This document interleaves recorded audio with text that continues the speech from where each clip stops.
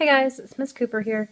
Just want to go over a couple things with you. I know it's a bit annoying that I have to be out these couple of days when we're learning something new, but I just want you to rest assured that I'm not going to leave you high and dry, so I'm going to try and help you out the best that I can through this video and still respect your y'all's time, so I'm going to try to do this quickly.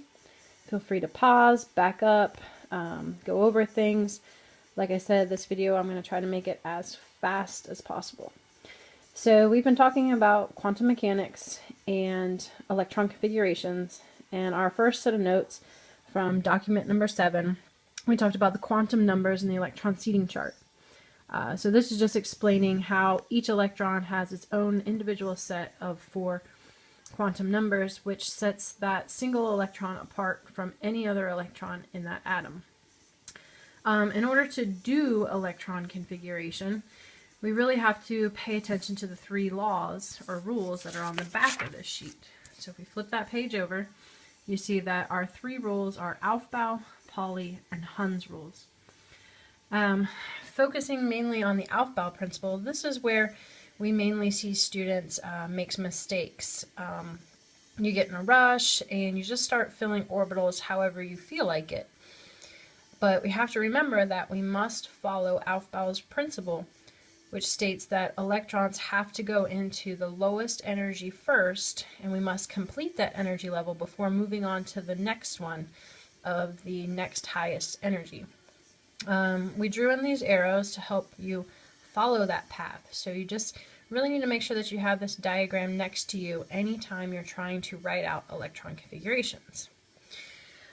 Pauli's rule, of course, talks about how 2 electrons will fit in an orbital, but those 2 electrons must have opposite spins. And again, we represent those spins by using an up arrow and a down arrow. So on any one of these orbital lines, you should have 1 arrow facing up and 1 arrow facing down.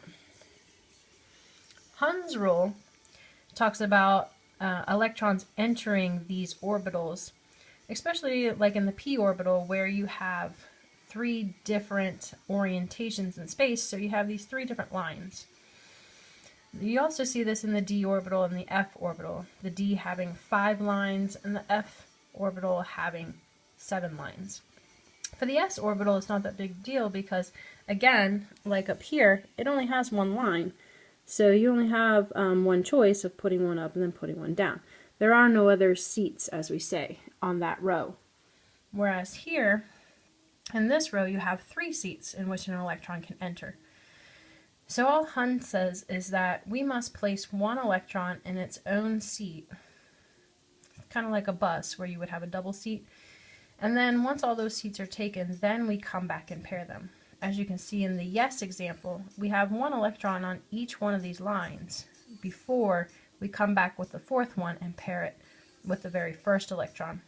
And we follow Pauli's rule by making sure that they have opposite spins.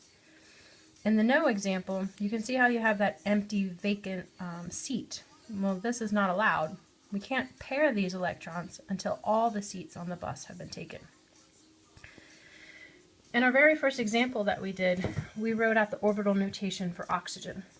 So the first thing you have to do is be able to locate an element on the periodic table. And from up here we can see that oxygen's right up there. A little bit blurry, my camera's not focusing, but it does have an atomic number of 8, which is how we got the electron count to be 8. So we have to follow Aufbau's principle first by putting these electrons here in this lowest energy level first. So I put 1 going up and 1 coming down. So I've used 2 of my 8 electrons. Then I move on to the 2s orbital. According to Aufbau, you fill the 1s orbital and then move on to the 2s orbital. After the 2s orbital, we're going to come back and we're going to fill the 2p orbital. So here we are in our orbital diagram. I see that 1s orbital and I filled it. Then I move on to the second one, the 2s orbital, and I fill it. So I've used 4 out of my 8 electrons.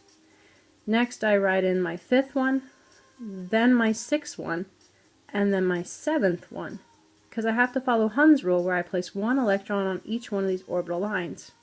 Then for my 8th and final electron, I place that on that first seat facing down with an opposite spin so that I follow Pauli's rule. So as long as you know these three rules, Aufbau, Pauli, and Hund's rule, and you make sure to follow them, electron configuration, in terms of orbital notation, can really be a very easy thing to master. In the next video, I'm going to go over a couple of our homeworks and work through these problems with you, and speak about each of the rules as I complete each problem. So check out the next video to help you out with your homework. Thanks, guys.